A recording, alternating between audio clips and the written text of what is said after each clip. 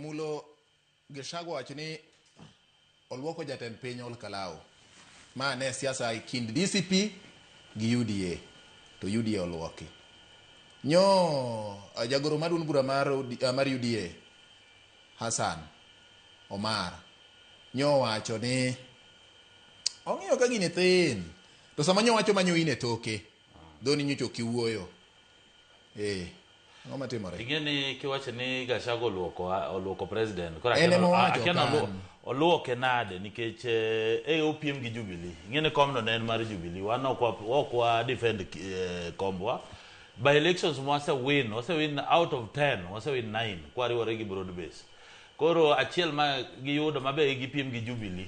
Mabe Jubilee yudo kura 170 wiye almost 200. At least one wadhi wachungo ng'ato kaka national party. To chungo wachungo ng'ato ni bomi walan gik mang'eny. Wadang'ie nto Mount Kenya jo Kikuyu ni kodwa koso gionge kodwa. Namba 2 wadang'ie nto support mosebedo ka iwacho ni kata kapo ni joge Gachagua nigi kocha to be iwuondo wako ni gin kodwa.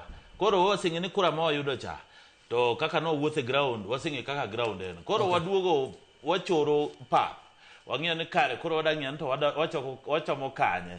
Gibago. Ere kama koro wadhi mane. Gibago. Ng'e ni kadwaro sewuoko ja koro tamore. To wang'iyo kuma dhi lawe mwana.